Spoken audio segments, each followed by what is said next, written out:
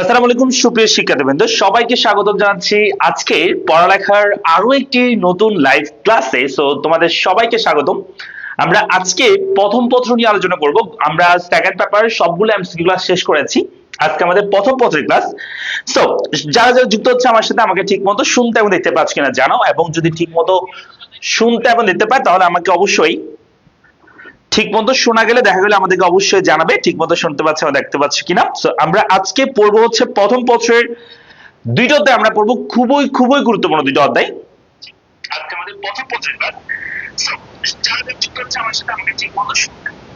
ওকে, আমাদের প্রথম পত্রের দুইটা চ্যাপ্টার আমরা আজকে পড়বো, তা হচ্ছে অর্থনীতি প্রথম পত্রের চ্যাপ্টার 1 এবং 2, এই দুটো আমরা পড়বো। যদিও আমাদের গতকালকে ক্লাস নেওয়ার কথা ছিল, কিন্তু আমি আনফরচুনেটলি গতকালকে ক্লাসটা নিতে পারিনি, আজকে সেই ক্লাসটা নিচ্ছি।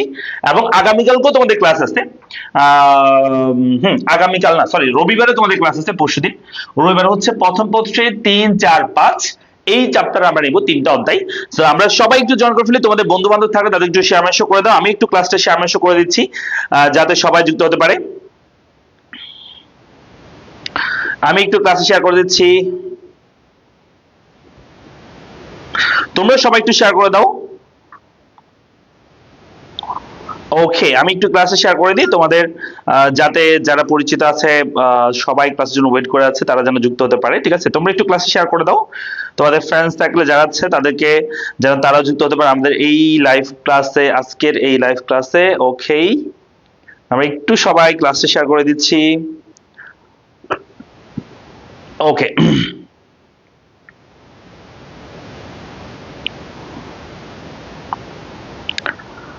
ওকে, একটু ওয়েট করো সবাই।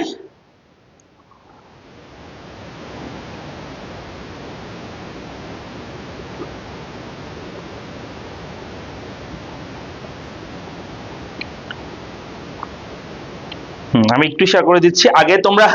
হ্যাঁ, আমরা হচ্ছে গত ক্লাসে আমরা খুব মজা করে সেকেন্ড পেপারে দুইটা অধ্যায় পড়েছি। অষ্টম নবম অধ্যায় আমরা শেষ, নবম দশম অধ্যায় আমরা পড়েছিলাম। ঠিক আছে, তো আজকে আমরা হচ্ছে ফার্স্ট পেপারের চ্যাপ্টার 1 এবং 2 পড়বো। হ্যাঁ, ফার্স্ট পেপারের চ্যাপ্টার 1, 2 পড়বো। তো সবাই একটু চলে আসো। তোমাদের ফ্রেন্ডস থাকলে তাদেরকে একটু শেয়ার মেনশন করে দাও, যাতে তারাও আমাদের সাথে এই ক্লাসে যুক্ত হতে পারে। ঠিক আছে, সবাইকে একটু ক্লাসে শেয়ার করে দাও। ওকে, আমরা একটু সবাই, হ্যাঁ সবাই একটু জয়েন করে ফেলি। একটা মিনিট, আর একটা মিনিট লাগবে আমার শেয়ার করতে।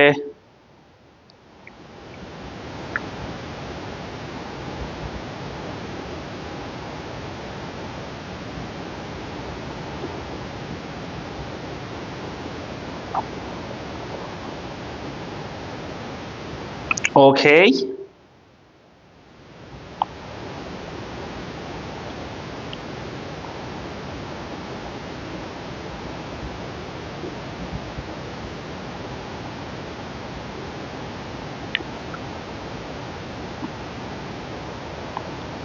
ওকে, ফাইন।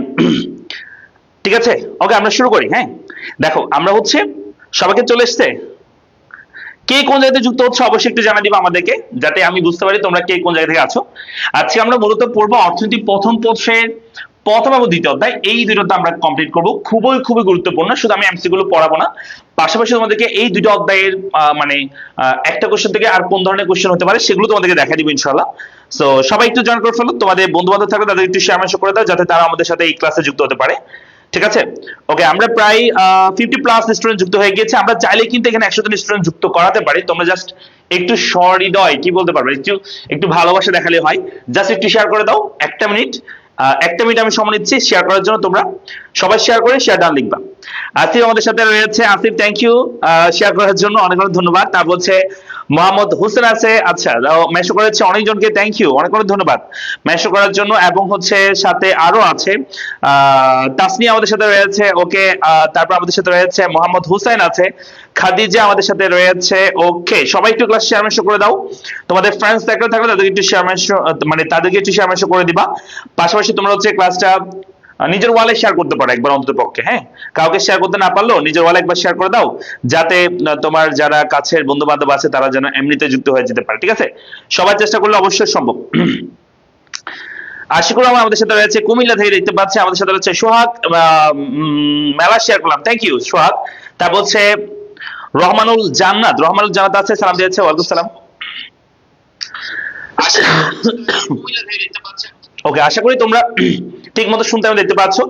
নীলও আছে, স্যার কেমন আছেন? ভালো আছি, আপনার ক্লাস অপেক্ষায় ছিলাম। ভাইয়া নিয়মিত অর্থনৈতিক ক্লাস নিলে ভালো হয়। হ্যাঁ ইনশাল্লাহ অবশ্যই নিব। তোমরা জাস্ট একটু শেয়ার করে দিও, আমার সাথে থাকবা, একটু শেয়ার করবা, একটুকে তোমাদের কাছে চাও, আর কোনো চাওয়া নাই। জাস্ট ক্লাসে শুরু করলে একটু শেয়ার করে দেওয়া নিজের বেলা, আর কোনো কিছু চাওয়া পাওয়া নাই, ঠিক আছে? একটাই চাওয়া পাওয়া। খাদিজা আছে শেয়ার ডান বলছে, থ্যাংক ইউ। সবাই শেয়ার করে একই সুরে একই সাথে সবাই একটু শেয়ার ডান লিখবা। মনির আছে, আচ্ছা, তারপর হচ্ছে আশিকুর রহমান আছে শেয়ার অলরেডি। আসিফ বলছে ভাই আপনি দেখি কেমন আছেন, বললেন না। হ্যাঁ আচ্ছা, আলহামদুলিল্লাহ ভালো আছি, আমি ভালো আছি। তারপর হচ্ছে সুরাইয়া ইয়াসমিন আছে আমাদের সাথে। সুরাইয়া ইয়াসমিন বলছে আমাদেরকে কেমন, সরি, রংপুর থেকে দেখতে পাচ্ছে। রংপুর থেকে, রংপুরের হচ্ছে কোন জায়গা থেকে একটু বলো তো সুরাইয়া? তোমাদের রংপুরে ঘুরতে যাব, খুব শীঘ্র ঘুরতে যাব। রংপুরে কারা আছে একটু হাত তোলা দেখি, রংপুরে কারা আছো? এমডি সোহাগ আছে, আমি লালমনিরহাট জেলা থেকে। ওকে, সঞ্জিদা হোসেন আছে, ওকে মেসেজ করেছে। তারপর হচ্ছে রহমতুল, রুমানুল জান্নাত, আচ্ছা সালাম দিয়েছে, ওয়ালাইকুম সালাম। আরিফুল ইসলাম আছে আমাদের সাথে, সালাম দিয়েছে। তারপর হচ্ছে সাকিয়া আমাদের সাথে রয়েছে, সাকিয়া সালাম দিয়েছে, ওয়ালাইকুম সালাম। আমাদের সাথে জান্নাত বলছে শেয়ার ডান, থ্যাংক ইউ। সবাই একটু শেয়ার করে শেয়ার ডান লিখবা। সোহাগ রয়েছে, ভাইয়া একটু সাইডে যান তো, রুটিনটা স্ক্রিনশট দিই। ওকে ফাইন, আমি সাইডে আসলাম, তোমরা স্ক্রিনশট দিতে পারো, স্ক্রিনশট। আমাদের হচ্ছে অলরেডি আমরা এই ক্লাসে চলে এসেছি। আজকে আমরা হচ্ছে প্রথম পত্রের 1 এবং 2 পড়বো। এরপর আমাদের 3, 4, 5 এর উপর ক্লাস হবে আমাদের রবিবারে, দেন মঙ্গলবারে হচ্ছে আমাদের 7, 8, 9, সরি 6, 7, 8, এবং হচ্ছে এর লাস্ট ক্লাস হচ্ছে বৃহস্পতিবারে 9 এবং 10। এগুলোর পর আমি তোমাদের সিকিউ ক্লাস দিব, তবে তোমাদের সর্বোচ্চ শেয়ার থাকতে হবে, কন্ট্রিবিউশন থাকতে হবে। একটু সবাই শেয়ার করে দাও, শেয়ার করে শেয়ার ডান লিখবা। আশিকুর রহমান বলছে ভাই আপনার বাড়ি কোথায়? আমার বাড়ি হচ্ছে চট্টগ্রাম সাতকানিয়াতে। রাঙ্গামাটি থেকে দেখতে পাচ্ছে মোহাম্মদ হুসাইন। তারপর হচ্ছে আরিফা রয়েছে আমাদের সাথে, সালাম দিয়েছে। উম্মে তাবাসসুম আছে রাজশাহী থেকে। ওকে, তারপর আমাদের সাথে নিরয় আছে, ওকে মেনশন করেছে। মেহেজাবিন আমাদের সাথে রয়েছে সিলেট থেকে। রংপুরে কারা কারা আছে একটু দেখতে চাই। আহমেদ সোহাগ আছে, ভাইয়া একটু সাইডে যান, এই যে দিলাম। তারপর হচ্ছে অপু আমাদের সাথে রয়েছে। অপু বলছে স্যার টেস্ট এক্সামে আমার কলেজে আমি প্রথম হয়েছি এবং অর্থনীতির সর্বোচ্চ মার্কস পেয়েছি। আপনার অনলাইন সাপোর্ট ছাড়া সম্ভব ছিল না। অনেক অনেক ধন্যবাদ, থ্যাংক ইউ অপু, অনেক অনেক ধন্যবাদ তোমাকেও। এই যে তোমাদের ফিডব্যাক গুলো, এগুলো আমাদেরকে আরো বেশি কাজ করতে আমাদেরকে উৎসাহিত করে, ঠিক আছে? এবং তোমাদের রেজাল্ট গুলো আমাদেরকে আরো বেশি উদ্বুদ্ধ করে। আমাদের সাথে সামিউল আছে, ওকে সালাম দিয়েছে। আমাদের সাথে মনির আছে, ভাইয়া আমি সিলেট থেকে। হবিগঞ্জ থেকে আমাদের সাথে রয়েছে সঞ্জিদা। আমাদের সাথে লালমনিরহাট থেকে রয়েছে আরমান। আমাদের সাথে নেত্রকোনা থেকে, ময়মনসিংহ থেকে রয়েছে আনিকুল। আমাদের সাথে রয়েছে নেত্রকোনা থেকে, ময়মনসিংহ। তারপর হচ্ছে স্বামী আমাদের সাথে রয়েছে। আমাদের সাথে সোহাগ আছে, ওকে। তারপর হচ্ছে সোমাইয়া আক্তার আমাদের সাথে রয়েছে, সালাম দিয়েছে। ওয়ালাইকুম সালাম। আমরা শুরু করি, হ্যাঁ আমরা শুরু করে দিচ্ছি। প্রথম আমরা এমসিকিউতে যাব। আমাদের প্রথম পত্রের প্রথম অধ্যায় থেকে আমরা পড়ি, চলো। বলছে অধ্যাপক পি.এস. স্যামুয়েলসন এর মতে মৌলিক অর্থনীতির সমস্যা কয়টি? দ্রুত আনসার করতে হবে, এটা খুবই ইজি কোশ্চেন, খুবই ইজি। এবং এটা বোর্ডে আসছে, 2025-এ আসছে, 23-এ আসছে, এই বোর্ডে মানে বিভিন্ন বোর্ডে। সো আনসার করো। প্রীতি আমাদের সাথে রয়েছে, প্রীতি রহমান আছে, ভাইয়া আমি নোয়াখালী থেকে। ওকে, তারপর হচ্ছে রংপুরের মিঠাপুকুর থেকে আমাদের সাথে আছে সুরাইয়া ইয়াসমিন আছে, রংপুরে মিঠাপুকুর থেকে। রংপুরে আমরা মানে খুব শীঘ্রই রংপুরে হয়তো যাব। সো তোমরা যারা রংপুরে আছো আমার সাথে হয়তো দেখা হয়ে যেতে পারে, যারা রংপুর শহরের আশেপাশে আছো আর কি। হ্যাঁ, তারপর হচ্ছে মোহাম্মদ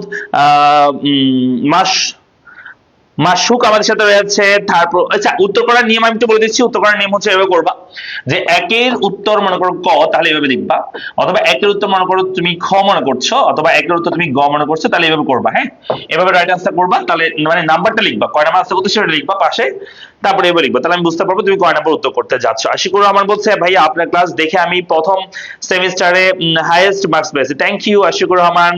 নিলয় রয়েছে, ক বলছে। অক্ষর জ্ঞান রয়েছে, ক বলছে। তারপর সঞ্জিদা আক্তার বলছে একের ক হবে, অর্থাৎ একের বি বলছে। অনেকে বলছে একের বি হবে, অনেকে আবার একের ক বলছে। একের ক বলছে, অর্থাৎ দুই প্রকার বলছে। শোনো, মৌলিক অর্থনীতির সমস্যা হচ্ছে, মৌলিক অর্থনীতির সমস্যা হচ্ছে তিনটা। কি কি জানো?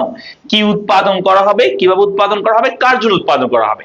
তাহলে মৌলিক অর্থনীতির সমস্যা কয়টা হবে? তিনটা। কি উৎপাদন করা হবে, কিভাবে উৎপাদন করা হবে, কার জন্য উৎপাদন করা হবে। এটা কে বলেছে?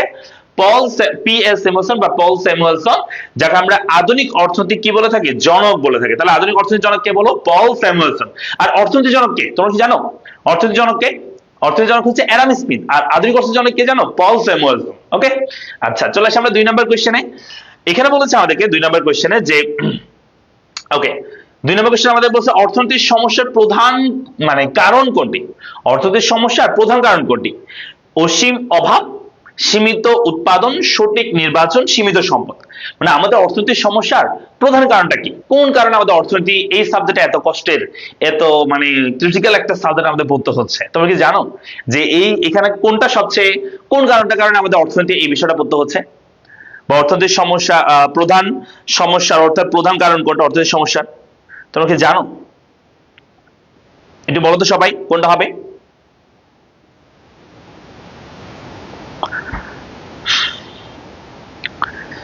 ওকে, আমরা দেখতে পাচ্ছি 2 এর আমরা বেশ কিছু প্রশ্ন পাচ্ছি। আরিফুল রয়েছে 2 এর 4 বলছে, তারপর হচ্ছে আনিকুল বলছে আমাদেরকে 2 এর 4 হবে। সীমিত সম্পদ বলছে আরিফা, লাকি বলছে 2 এর ডি হবে। তারপর হচ্ছে আমাদের সাথে রয়েছে হবিগঞ্জ, আপনার পাশে কোথায়? ওকে, তারপর হচ্ছে অক্ষর জ্ঞান রয়েছে স্যার সিকিউ ক্লাস নিবেন এভাবে? অবশ্যই নিব, তোমাদের সাপোর্ট থাকলে অবশ্যই নিব, তোমাদের সাপোর্ট দিতে হবে। মেহের জামি রয়েছে 2 এর 4 বলছে। তারপর হচ্ছে নিশা আমাদেরকে বলছে নিসা, সাদিয়াতুন নিসা আমাদেরকে বলছে 1 এর 2 হবে। আচ্ছা 2 নাম্বার আমরা চলে এসেছি। মাহমুদ আমাদেরকে বলছে 2 এর 4 হবে। 2 এর 4 দেখতে পাচ্ছি, সবাই 2 এর 4 বলছে। হ্যাঁ, উত্তর হচ্ছে রাইট আনসার হচ্ছে 2 এর 4। অর্থাৎ আমাদের জীবনে সবচেয়ে বড় প্রবলেম কি জানো? সম্পদের সীমাবদ্ধতা। আচ্ছা, তোমার কাছে যদি কোনো টাকা মানে টাকা কোনো অভাব না থাকতো, তাহলে তোমার কোনো অর্থনীতি করতে হইতো না, তুমি যা ইচ্ছে তাই ভোগ করতে, কোনো সমস্যা নাই। তাহলে আমাদের সম্পদ সীমিত বিধে কিন্তু আমরা যা ইচ্ছে তাই ভোগ করতে পারছি না, সেজন্য আমাদেরকে সবচেয়ে অ্যাপ্রোপ্রিয়েট যেখানে খরচ করলে আমাদের সবচেয়ে ভালো কাজ হবে সেজন্য আমরা খরচ করছি। তাহলে উত্তর হবে কোনটা? 4 হবে, সীমিত সম্পদ হবে। হ্যাঁ, চলে আসি আমরা এই পরবর্তী কোশ্চেনে। এর আগে একটু বলি, আমাদের যারা এসএসসি 26 এর শিক্ষার্থী আছো, যারা সব বিষয়ে ভালো একটা প্রিপারেশন চাচ্ছ এসএসসি পরীক্ষার আগে, সবকিছু সুন্দর করে একবার রিভিশন করবা, তোমরা আমাদের ভর্তি হতে পারো আমাদের এফআরবি ব্যাচ, মানে ফাইনাল রিভিশন ব্যাচ, যেখানে 2000 টাকায় সব বিষয় কমপ্লিট হয়ে যাবে। First paper, second paper, all ব্যবসা শিক্ষা মানবিকের সব গ্রুপ সাবজেক্ট, পাশাপাশি কমন সাবজেক্ট বাংলা, ইংরেজি, আইসিটি এগুলো সহ। ঠিক আছে, কোর্স হচ্ছে মাত্র 2000 টাকা। যারা ভর্তি অনেক দ্রুত ভর্তি যেতে পারো, পড়ালেখার পেজে মেসেজ দিয়ে ভর্তি হতে পারবা, অথবা এই আমি একটা নাম্বার লিখে দিচ্ছি, সেই নাম্বার যোগাযোগ করবা 01746561163। হ্যাঁ, 1163, এটা হচ্ছে আমাদের অফিসের নাম্বার। এই নাম্বার তোমরা চাইলে সরাসরি কথা বলতে পারো 01746561163, এই নাম্বার তোমরা যোগাযোগ করবা। আচ্ছা বলো এটার পরে বলছে স্বয়ংক্রিয় দাম ব্যবস্থা কোন অর্থনীতির অন্যতম বৈশিষ্ট্য? স্বয়ংক্রিয় দাম ব্যবস্থা কোন অর্থনৈতিক ব্যবস্থা অন্যতম বৈশিষ্ট্য? 3 নাম্বার উত্তর করো সবাই, 3 উত্তর করতে হবে। আহমেদ সোহাগ বলছে 3 এর হবে 2, মানে ধনতান্ত্রিক অর্থনৈতিক ব্যবস্থা বলছে। স্যার এটা তো 10 জানুয়ারি থেকে শুরু হয়েছে। হ্যাঁ, যে ব্যাচটা শুরু হয়েছে 10 জানুয়ারি থেকে, সেটা কথা বলছি। এটাতে অলরেডি যে ক্লাসগুলো হয়ে গেছে সেগুলো তুমি রেকর্ডে পাবা, সাজানো আকারে পাবা, যেগুলো হয়নি সেগুলো তো লাইভ ক্লাস পাবাই, বুঝছো? আচ্ছা, সঞ্জিদা আক্তার বলছে ওকে। মোহাম্মদ হোসেন বলছে 3 এর 1 হবে। মেহের জামিন চৌধুরী বলছে 3 এর 2 হবে। তারপর হচ্ছে মাহমুদ আমাদের সাথে রয়েছে, মাহমুদ বলছে 2 এর 3, সরি 3 এর 2 হবে। তারপর হচ্ছে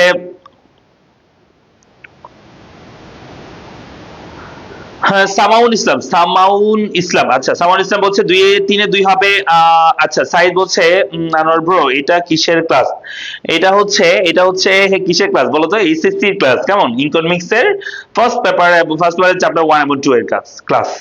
তারপর হচ্ছে আমাদের সাথে রয়েছে নয়ন বলছে 3 এর 2 হবে। ওকে, সাকিবা শাম্মী আমাদের সাথে রয়েছে 3 এর 2 বলছে। ওকে, ফিহা আমাদেরকে বলছে 3 এর 2 হবে। ওকে, নাম্বারটা একটু লিখিও তোমরা, কয় নাম্বার করতেছে সেটা লিখবা। হ্যাঁ, উত্তর হচ্ছে ধনতান্ত্রিক অর্থনৈতিক ব্যবস্থা। মূলত ধনতান্ত্রিক অর্থনৈতিক ব্যবস্থার দামটা স্বয়ংক্রিয়ভাবে নির্ধারিত হয়। আচ্ছা, স্বয়ংক্রিয় দাম ব্যবস্থা মানে বুঝো তোমরা? এটা যদি হয় ডিমান্ড রেখা, এটা হচ্ছে সাপ্লাই রেখা, ডিমান্ড এবং সাপ্লাই যেখানে মিলিত হবে সেখানে অটোমেটিক দামটা নির্ধারণ হবে। এইটাকে মূলত বলা হয় স্বয়ংক্রিয় দাম ব্যবস্থা। মানে দামের উপর কারো কোনো হাত থাকবে না, এটা ডিমান্ড এবং সাপ্লাইয়ের উপর ডিপেন্ড করবে। এটাকে মূলত আমরা স্বয়ংক্রিয় দাম ব্যবস্থা বলে থাকি। হ্যাঁ, তাহলে আনসার কি হবে? আনসার হচ্ছে আমরা বলবো যে স্বয়ংক্রিয় দাম ব্যবস্থা কোন অর্থনীতির অন্যতম বৈশিষ্ট্য? উত্তর হবে ধনতান্ত্রিক অর্থনৈতিক ব্যবস্থা এটার অন্যতম বৈশিষ্ট্য আমরা বলবো। তাহলে 3 নাম্বারটা গেল। চলো আমরা 4 নাম্বারটা উত্তর করি। 4 নাম্বারটা বলছে যে আমাদেরকে, হ্যাঁ উত্তর করো সবাই চেষ্টা করবা, যার আগে যে উত্তর দিতে পারো। অর্থনীতির অদৃশ্য হাত ধারণাটি প্রবক্তাকে অদৃশ্য হাত বা ইনভিজিবল হ্যান্ড বলা হয় কাকে জানো? স্বয়ংক্রিয় দাম ব্যবস্থা, যেটা আমরা একটু আগে বলছি যে চাহিদা এবং যোগানের মাধ্যমে দামটা নির্ধারণ হওয়া, এটাকে আমরা বলি স্বয়ংক্রিয় দাম ব্যবস্থা। এই স্বয়ংক্রিয় দাম ব্যবস্থাটা মূলত, এটাকে মূলত অদৃশ্য হাত বা ইনভিজিবল হ্যান্ড বলা হয়। ঠিক আছে? সো অদৃশ্য হাত বা ইনভিজিবল হ্যান্ড কে বলেছে? এই স্বয়ংক্রিয় দাম ব্যবস্থাকে, সেটা আমরা উত্তর করব সবাই একসাথে। সবাই একটু উত্তর করবা। অদৃশ্য হাত বা ইনভিজিবল হ্যান্ড এটা কে বলেছে এই স্বয়ংক্রিয় দাম ব্যবস্থাকে? আমরা 4 উত্তর করবো। হ্যাঁ, 4 লিখে এবং ডট দিয়ে তারপর 4 মনে করো ক হলে ক লিখবা, অথবা 4 খ হলে খ লিখবা, এভাবে করে তোমরা লিখবা। ঠিক আছে? উত্তরটা এভাবে লিখতে হবে, নাহলে আমি বুঝবো না তুমি কয় নাম্বার উত্তর করতেছো। সাইদ আছে, ওকে। তারপর হচ্ছে আমাদের সাথে রয়েছে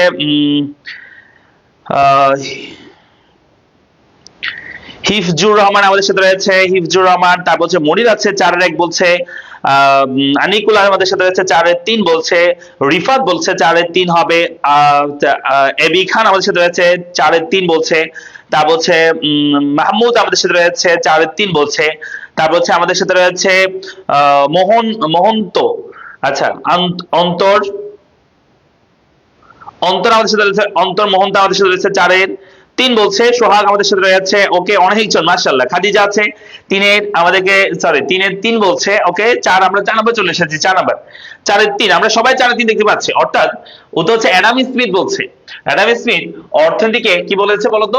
অদৃশ্য হাত বা ইনভিজিবল হ্যান্ড বলেছে। হ্যাঁ, সবাই যেটা অ্যাডাম স্মিথ বলছে, আমি আর কিছু বলার নাই। ঠিক আছে? এটাই উত্তর। উত্তর হচ্ছে এই ভুল, অর্থনীতির জনক অ্যাডাম স্মিথ হবে এটা। এটা পল স্যামুয়েলসন না, এটা একটু তোমরা ঠিক করে নাও, এটা ঠিক করে নাও। এটা পল স্যামুয়েলসন হবে না, এটা হবে অ্যাডাম স্মিথ।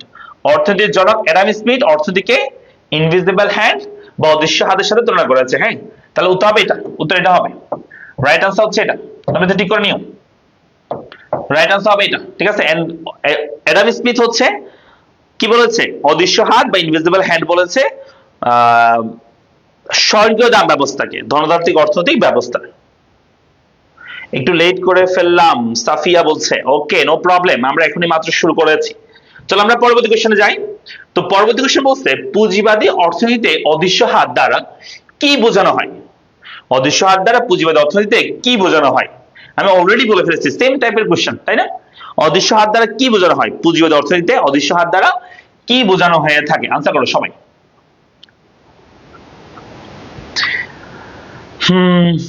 শাহাবুদ্দিন আমাদের সাথে রয়েছে, ওকে। তোমরা উত্তর করার সময় অবশ্যই নাম্বারটা লিখবা, কয় নাম্বার লিখতেছো এটা লিখবা। তোমরা 5 এর 1 লিখতেছো বা 5 এর 2 লিখতেছো, এবং অবশ্যই লিখবা। হ্যাঁ, নাহলে আমি বুঝতে পারবো না তো কয় নাম্বার তুমি আনসার করতেছো। আর একটু সবাই ক্লাসটা শেয়ার করে দিও, যারা পরে দিয়ে আসতেছো একটু ক্লাস শেয়ার করে দিবা, তোমাদের ফ্রেন্ডস সার্কেল যারা আছে তারা যেন এই ক্লাসটাতে জয়েন করতে পারে। কেমন? একটু ক্লাসে শেয়ার করে দিবা যতটুকু পারো। আরিফুল ইসলাম বলেছে 5 এর 3 হবে। আরিফা লাকি বলছে আমাদেরকে 5 এর সি হবে। জান্নাত আমাদেরকে বলেছে রুম্মানুল জানাত বলছে 5 এর 3 হবে। তারপর হচ্ছে আমাদের সাথে রয়েছে লতা আছে, লতা বলছে আমাদেরকে 5 এর 3 হবে। সুমাইয়া বলছে 5 এর 3 হবে। মাশাআল্লাহ, সবাই সেম উত্তর দিচ্ছে। আমাদের সাথে রয়েছে মোহাম্মদ হোসেন আমাদের সাথে রয়েছে 5 এর 3 বলছে। অক্ষর জ্ঞান বলছে 5 এর 3 হবে। দীপু বলছে 5 এর 3 হবে। নিসা বলছে তার 5 এর 3 হবে। জিতু আমাদেরকে বলছে 5 এর 3 হবে। মেহের জামিল বলছে। তারপর সুমাইয়া, সরি সামাউন ইসলাম আমাদেরকে বলছে 5 এর 3 হবে। মনির বলছে, নয়ন বলছে, রাজা বলছে আমাদেরকে, ইমরান বলছে, শাহিনুর আমাদেরকে বলছে, তারপর হচ্ছে সাকিবা আমাদেরকে বলছে 5 এর 3 হবে। সোনিয়া বলছে 5 এর 3 হবে। ওকে, ফাইন। আনসার হচ্ছে একের উত্তর হবে 3। অর্থাৎ দাম ব্যবস্থা এটাকে মূলত পুঁজিবাদী অর্থ ব্যবস্থায় স্বয়ংক্রিয় অদৃশ্য হাত বলা হয়েছে। হ্যাঁ, যারা পরে দিয়ে যুক্ত হচ্ছে একটু ক্লাসে শেয়ার করে দিবা, তোমাদের ফ্রেন্ডস সার্কেল যারা আছে তারা যেন আমাদের এই ক্লাসটাতে যুক্ত হতে পারে। হ্যাঁ, জাস্ট একটু নিজের ওয়ালে একটা শেয়ার করে দিলে কিন্তু হয়ে যাচ্ছে, তোমাদের দায়িত্ব একটু। হ্যাঁ, আচ্ছা 6 নম্বর বলছে বাংলাদেশে কোন ধরনের অর্থ ব্যবস্থা বিদ্যমান? এটা তো সবাই পারার কথা। দেখে আনসার করো, এক যুগে সবাই আনসার করবা। হ্যাঁ, সাইফ চৌধুরী আছে আমাদের সাথে, সিরাজুল সাইফ চৌধুরী। তারপর হচ্ছে হাসিবুল আমার সাথে রয়েছে 5। আমরা 6 নম্বর চলে এসেছি। 6 নম্বর হচ্ছে মেহের জামিন আমাদেরকে সর্বপ্রথম আনসার দিয়েছে 6 এর 3 বলছে। আনিকুল আমাদের সাথে রয়েছে 6 এর 3 বলছে। আর কি আছে? সঞ্জিদা আছে 6 এর 3 বলছে। তারপর হচ্ছে নাইমুল হক রয়েছে, এটা কোন চ্যাপ্টার? ফার্স্ট চ্যাপ্টার এবং সেকেন্ড চ্যাপ্টার, 2 চ্যাপ্টারে আমরা এমসিকিউ পড়ছি। দীপু রয়েছে 6 এর 3 বলছে। তারপর হচ্ছে জান্নাত আমাদের সাথে রয়েছে, রুমানুল জান্নাত। তারপর হচ্ছে মোহাম্মদ হুসাইন আমাদেরকে বলছে 6 এর 3 হবে।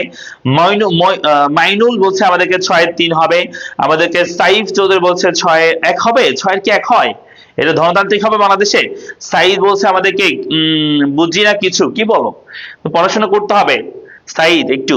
তারপর হচ্ছে হাসিবুল বলছে 6 এর সি হবে, অক্ষর জ্ঞান বলছে 6 এর সি হবে, অর্থাৎ 6 এর 3 বলছে সবাই। হ্যাঁ, উত্তর হচ্ছে 6 এর 3 হবে।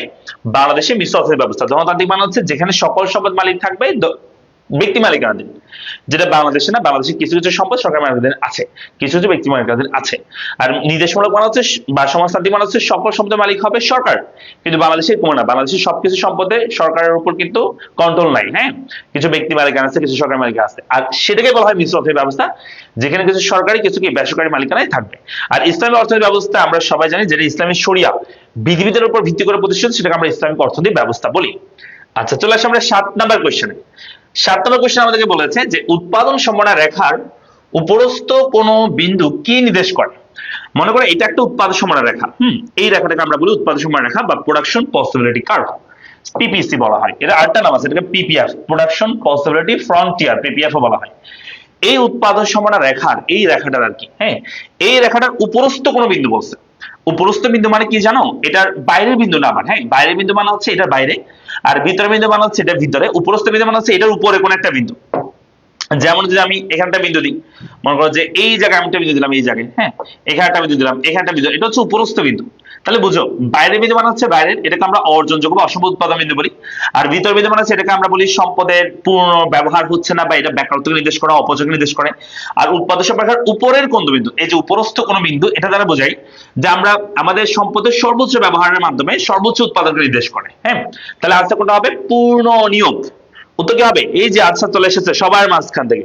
আচ্ছা, সামিউল সামাউল সামাউল সামাউল ইসলাম, সরি তোমার নামটা আমি বারবার গোলমাল পাকা চলতেছি, কঠিন হয়ে যায় নামগুলো।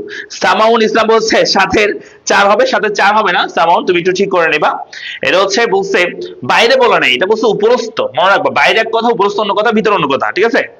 আচ্ছা, তাহলে 7 আমরা দেখতে পাচ্ছি 4 বলছে। আরে তোমরা তো ভুল করে ফেলছো, অনেকে ভুল করছে দেখা যাচ্ছে। শোনো শোনো, উপরস্থ মানে কিন্তু আবার বাইরে না, এটা কিন্তু বাইরের বিন্দু, এটা বলি নাই আমরা। হ্যাঁ, এটা ভিতরের বিন্দু, এটা বলি নাই। উপরস্থ মানে এই বিন্দুর কথা বলতেছে, মানে এই বিন্দুগুলোর কথা বলতেছে। হ্যাঁ, তাহলে তবে 7 3 একটু মনোযোগ দিয়ে ক্লাসগুলো কি করতে হবে কেমন, কোনো যেন ভুল না হয়।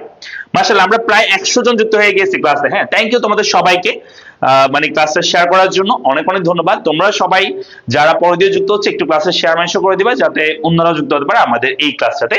তাহলে আমরা বলবো পূর্ণ নিয়োগ আমাদেরকে নির্দেশ করবে যদি উৎপাদন সম্ভাবনার উপরস্থ কোনো বিন্দু হয়। হ্যাঁ, চলে আসি আমরা 8 নম্বর কোশ্চেন।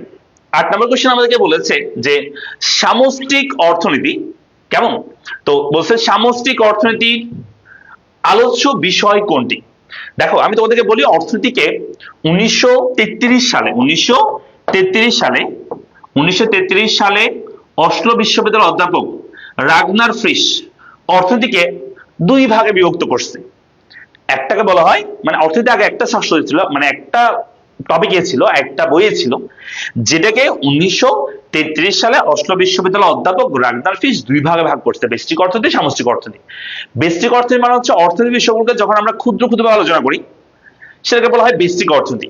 আর সামষ্টিক অর্থনীতি কি, যখন আমরা অর্থনীতি বিষয়গুলোকে সামগ্রিকভাবে আলোচনা করি সেটাকে আমরা বলে থাকি মূলত সামষ্টিক অর্থনীতি। যেমন আমি যদি বলি যে মনে করো একজন ব্যক্তির আয়, এটা হবে তোমার ব্যষ্টিক অর্থনীতি বিষয়।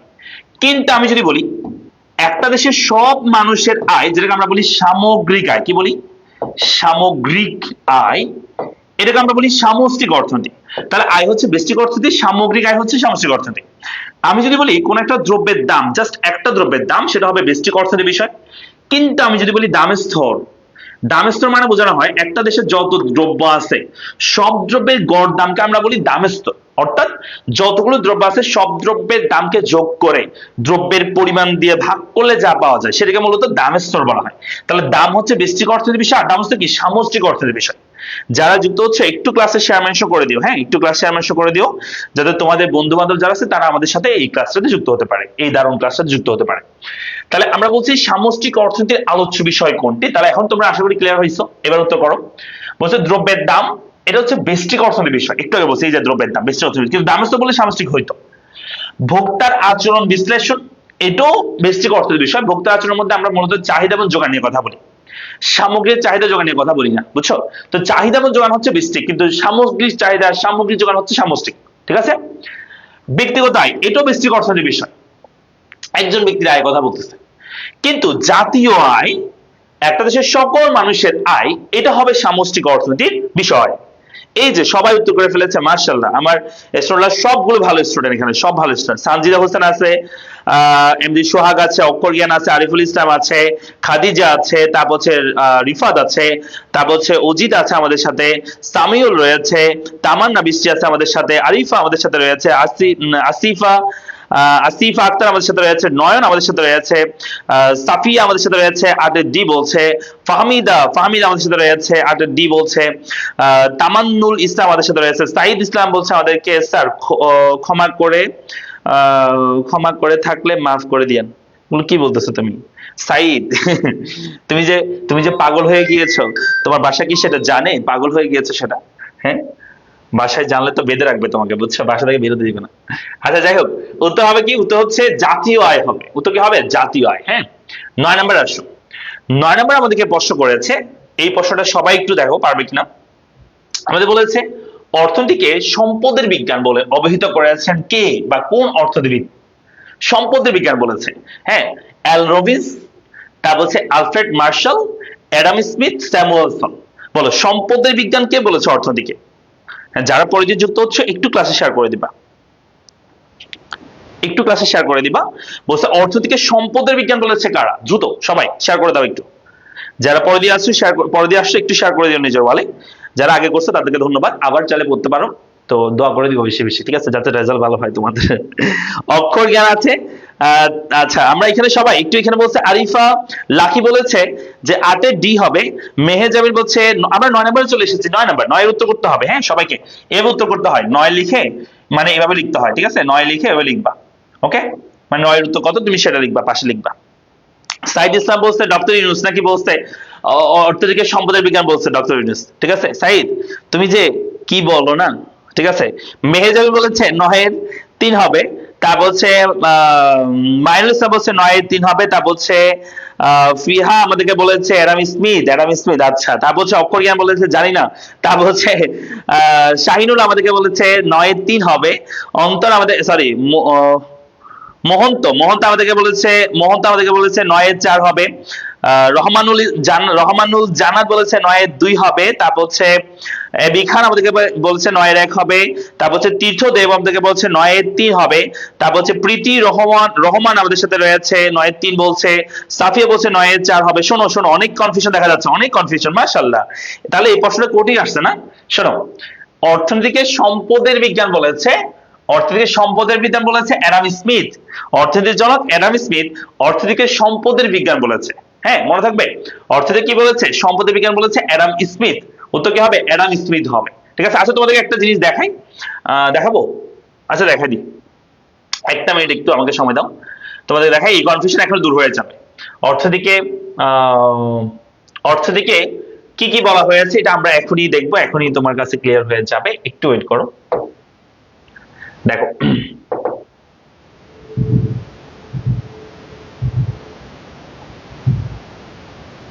মানে কোন অর্থনীতি কি বলছে, 4টা আছে, 4টা, এই 4টা মনে রাখতে বলে হয়ে যাবে তোমার কাছে। হ্যাঁ, এই দেখো, এই যে আমাদের প্রথম, একদম আমাদের ইজি ইংলিশ বইয়ের একদম ফার্স্টে যে পেজ, এই পেজে এটা সম্পর্কে বলা হয়েছে, প্রথম পেজে বলা হয়েছে। এখানে 4টা কথা আছে। একটা হচ্ছে অর্থনীতিকে সম্পদের বিজ্ঞান বলেছে অ্যাডাম স্মিথ। অর্থনীতিকে কল্যাণের বিজ্ঞান বলেছে মার্শাল, ক্যানন এবং পিঙ্গু। অর্থনীতিকে নির্বাচনের বিজ্ঞান বলেছে পল স্যামুয়েলসন, যাকে আমরা আধুনিক অর্থনীতির জনক বলে থাকি। আর অর্থনীতিকে অপ্রাচুর্যের বা স্বল্পতার বিজ্ঞান বলেছে লিওনেল রবিন্স। মনে থাকবে? আচ্ছা, তাহলে আমরা এই 4টা একটু কষ্ট মুখস্থ করে নিব, তাহলে তোমাদের জন্য সুবিধা হবে, মানে কোনো সময় ভুলবার একটা স্ক্রিনশট নিয়ে নাও পারলে তোমাদের জন্য সুবিধা হবে। এখানে অনেক কিছু ইনফরমেশন আছে যেগুলো খুবই গুরুত্বপূর্ণ, যেমন অর্থনীতির জনক অ্যাডাম স্মিথ, আধুনিক অর্থনীতি হচ্ছে পল স্যামুয়েলসন। মানে এইভাবে করে আমাদের যে ইজি ইংলিশ বইটা এভাবে কিন্তু সাজানো হয়েছে, এভাবে করে খুব সুন্দর করে একদম গোছানো ভাবে। যারা এখনো বই সংগ্রহ করেন ইজি ইংলিশ বই, তোমরা আমাদের পেজে মেসেজ দিয়ে বই সংগ্রহ করতে পারবা। বইয়ের প্রাইস হচ্ছে 450 টাকা এবং কুরিয়ার ফি সহ হচ্ছে তোমার 510 টাকা আসবে। এবং তোমার জন্য এটা হবে একদম মানে লাইফ চেঞ্জিং একটা বই। তুমি যারা কিনছে, যারা পড়ছে তাদের কাছ থেকে ফিডব্যাক নিবা, তাহলে তুমি বুঝতে পারবা আসলে কেন এই বইটা তুমি নিবা, ঠিক আছে। কারণ এই বইয়ে তোমার যত, মানে তোমার যে পরিশ্রম সেগুলো আমি নিয়ে নিয়েছি, তোমার পরিশ্রমগুলো আমি এখানে নিয়ে নিয়েছি, কেমন, এই বইয়ের মধ্যে আর কি। আচ্ছা, চলো আমরা দেখি।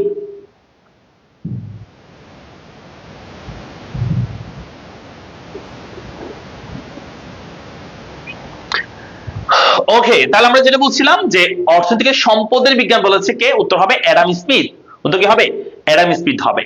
এরপর আসলে আমরা যাই, এ বলছে বাজার অর্থনীতি নিয়ন্ত্রিত হয় কি দ্বারা, মানে বাজার অর্থনীতি নিয়ন্ত্রিত হয় কি দ্বারা নিয়ন্ত্রিত হয়। এখানে বলছে দাম দ্বারা, উৎপাদনকারী দ্বারা, সঞ্চয় দ্বারা, বিনিময় দ্বারা। হ্যাঁ, বিনিময় দ্বারা। কোনটা? বাজার অর্থনীতি মানে তোমাদের বুঝতে হবে, বাজার অর্থনীতি মানে হচ্ছে ধনতান্ত্রিক অর্থনীতি ব্যবস্থা, আরেকটা নাম হচ্ছে বাজার অর্থনীতি। ধনতান্ত্রিক বা পুঁজিবাদী আরেকটা নাম হচ্ছে বাজার অর্থনীতি, যেটা আমাদের ইউজিনিয়াস বইটাও লেখা আছে, একদম অবলিক দিয়ে দিতে ওটা লেখা আছে, বুঝছো? মানে এমন কোনো কোশ্চেন যেটা তুমি এই বইয়ের বাইরে তুমি পাবা না, ঠিক আছে? এমন কোনো কোশ্চেন এই বইয়ের বাইরে তুমি পাবা না, ঠিক আছে? হ্যালো, আসসালামু আলাইকুম। ওয়ালাইকুম আসসালাম। হ্যাঁ, আমি ক্লাস থেকে বের হয়ে দিচ্ছি, আনসার দিচ্ছি।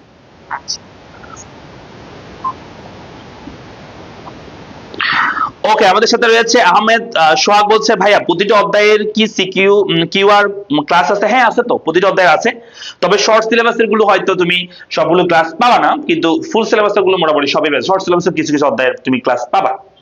আচ্ছা, তাহলে আমাদের আনসার কি হবে? আনসার হচ্ছে দেখো, অর্থনীতিকে মানে ধনতান্ত্রিক অর্থ ব্যবস্থায় বাজার অর্থনীতি নিয়ন্ত্রিত হয় কি দ্বারা? উত্তর হচ্ছে দাম দ্বারা, মোটামুটি তোমার নিয়ন্ত্রণ হবে, দামের উপর ডিপেন্ড করবে, ঠিক আছে? বাজার অর্থনীতি। তাহলে আসতে হবে কি? আসতে হবে 10-এর 1। এই যে সবাই উত্তর করতে পারতেছে, মাশাআল্লাহ মাশাআল্লাহ, সবাই দেখি পারে। আমার স্টুডেন্ট সবগুলো ভালো স্টুডেন্ট, ঠিক আছে? কোনো খারাপ স্টুডেন্ট নাই এখানে, সবাই ভালো স্টুডেন্ট। শোনো, তোমরা যারা 27-এর স্টুডেন্ট আছো, কার কার একটু হাত তোলো দেখি। সবাই যারা যারা 27-এ আসতো একটু হাত তুলবা, একটু সারা দাও সবাই। 27-এ যারা আছে তোমরা ভর্তি হতে পারো আমাদের এই জিরো টু হিরো ব্যাচে, যেটা মাত্র আমাদের ক্লাস শুরু হয়ে যাচ্ছে। প্রথম অধ্যায় পড়াইছি মাত্র 3-4টা ক্লাস সিস্টেম মনে হয়। তো এই ব্যাচে ভর্তি হলে তুমি কিন্তু একদম ধরো ইকোনমিক্স আর কোনো টেনশনে, যারা আমাদের 26-এর এই ব্যাচে ভর্তি হচ্ছে তারাই জানে কিভাবে আমি পড়াই, প্রতিটা টপিক ধরে ধরে পড়াই, এবং একদম এই যে বললাম জিরো থেকে হিরো, তুমি জিরো থেকে হিরো হয়ে যাবে ইনশাআল্লাহ। এই ইকোনমিক্সে আর কোনো প্রবলেম থাকবে না। একটা কোর্সে যথেষ্ট, মাত্র 999 টাকা ডিসকাউন্ট ভর্তি চলছে, তোমরা যারা এখনো ভর্তি হও না ভর্তি হয়ে যেতে পারো। আমরা চলে যাই 11 নম্বর কোয়েশ্চেনে। বুঝতে, এটা ইম্পর্টেন্ট কোয়েশ্চেন, এই জায়গায় সবাই ভুল করবে। এই কোয়েশ্চেনটা আমি বলবো যে এখন ম্যাক্সিমাম স্টুডেন্ট এই কোয়েশ্চেনটা ভুল করবে, ম্যাক্সিমাম স্টুডেন্ট। দেখি কারা কারা পারে, দেখি ম্যাক্সিমাম স্টুডেন্ট এই কোয়েশ্চেনটা ভুল করবে, ম্যাক্সিমাম। দেখি তো কারা কারা পারে। খুবই কেয়ারফুলি এটা আনসার করতে হবে, এই কোয়েশ্চেনটা উত্তর করার সময় খুবই কেয়ারফুল হতে হবে। সেকেন্ড পেপারে কোনো সিঙ্গেল কোর্স নেই, ফার্স্ট আর সেকেন্ড পেপার একসাথে কোর্স, আমাদের যেগুলো ইকোনমিক্স কোর্স সেগুলো। এই কোয়েশ্চেনটা খুবই কেয়ারফুলি আনসার করতে হবে। উত্তর করো দেখি সবাই, 11 নম্বর কোয়েশ্চেন উত্তর করতে হবে। খুবই ইন্টারেস্টিং, খুবই গুরুত্বপূর্ণ একটা কোয়েশ্চেন, উত্তর করো। বলতে ব্যষ্টিক এবং সামষ্টিক অর্থনীতির যথাক্রমে কি কি? গ্রিক শব্দ মাইক্রোস এবং ম্যাক্রোস হতে উদ্ভূত হয়েছে। অর্থনীতি বৃহৎ এবং ক্ষুদ্র বিষয় নিয়ে আলোচনা করে। অর্থনীতি আংশিক এবং পূর্ণাঙ্গ চিত্র প্রকাশ করে। কোনটা হবে? আমরা 11 উত্তর দেখতে পাচ্ছি, অনেকে বলছে 11 উত্তর 1 হবে, আরিফা বলছে 11 উত্তর 1 হবে, মেহেজাবি বলছে 2 হবে, সোহাগ বলছে 4 হবে, মোহাম্মদ হোসেন বলছে 11 2 হবে, আনিকুল বলছে 2 হবে। 26-এর ভর্তি হতে যায়, 26-এ আমাদের টার্গেট প্লাস ব্যাচ আছে, 26-এর ইকোনমিক্স, অনলি ইকোনমিক্স, আর 24-এর হচ্ছে এফআরবি ব্যাচ আছে, ফাইনাল রিভিশন ব্যাচ আছে, ভর্তি হতে পারবা। আরিফুল ইসলাম বলছে 11 2 হবে, তারপর হচ্ছে মুন্না আমাদেরকে বলছে 11 1 হবে, তারপর হচ্ছে নিসা আমাদেরকে বলছে 11 2 হবে। ওকে, দীপু বলছে 11 4 হবে, শাহিনুর আমাদেরকে বলছে 11 2 হবে, অক্ষরপত বলছে। ওকে, আমরা দেখতে পাচ্ছি বেশ কনফিউশন আছে এটাতে, অনেকে ডি বলছে, অনেকের 1 বলছে, অনেকে 2 বলছে, মানে যার যা ইচ্ছে তাই বলছে। হ্যাঁ হ্যাঁ, তাহলে চলো আমরা দেখি এটার উত্তর আসলে কি হবে। মোটামুটি তোমাদের কনফিউশন একটা জায়গায় হবে, আমি জানি। সেই জায়গাটা হচ্ছে তোমাদের হয়তো মনে হবে যে 4টাই উত্তর, অনেকে এটা আনসার করবে, 4টা উত্তর আনসার করবে, অনেকে এই 2 নাম্বারটা আনসার করবে। হ্যাঁ, অনেকে আবার এই দুটাই বেশি আনসার করবে, আমি দেখতে পাচ্ছি এই দুটাই সবচেয়ে বেশি আনসার। 1 নাম্বার আছে, 1 নাম্বার আনসার করতেছে অনেকে, 1 নাম্বার আনসার করতেছে অনেকে। শোনো, এই প্রশ্নটা আমি তোমাদেরকে সলভ করে দিচ্ছি, ভালো করে শুনবা। বেস্টিক মানে হচ্ছে ছোট, ক্ষুদ্র, যেটা মূলত এই মাইক্রোস শব্দ থেকে এসেছে, এটা একটা গ্রিক শব্দ মাইক্রোস। এটা এমনি এই বেস্টিক আমরা বলি মাইক্রো, মাইক্রো বলি, MICRO, মাইক্রো, ঠিক আছে? আর সামষ্টিক এটাকে আমরা বলি ম্যাক্রো, MACRO, ম্যাক্রো, এইটা হচ্ছে ইংরেজি। হ্যাঁ, আর এই মাইক্রো শব্দটা এসেছে মাইক্রোস থেকে, এস দিয়ে যায় কি হবে, ওর উপর কি হবে, এস হবে, মাইক্রোস থেকে। অন্যদিকে এই ম্যাক্রো শব্দটা এসেছে হচ্ছে ম্যাক্রোস থেকে, অর্থাৎ সি এর জায়গায় কি হবে, ওর উপর কি হবে, এ হবে। তাহলে এটা ঠিক আছে, বেস্টিক মানে হচ্ছে মাইক্রো, আর সামষ্টিক মানে কি, ম্যাক্রো।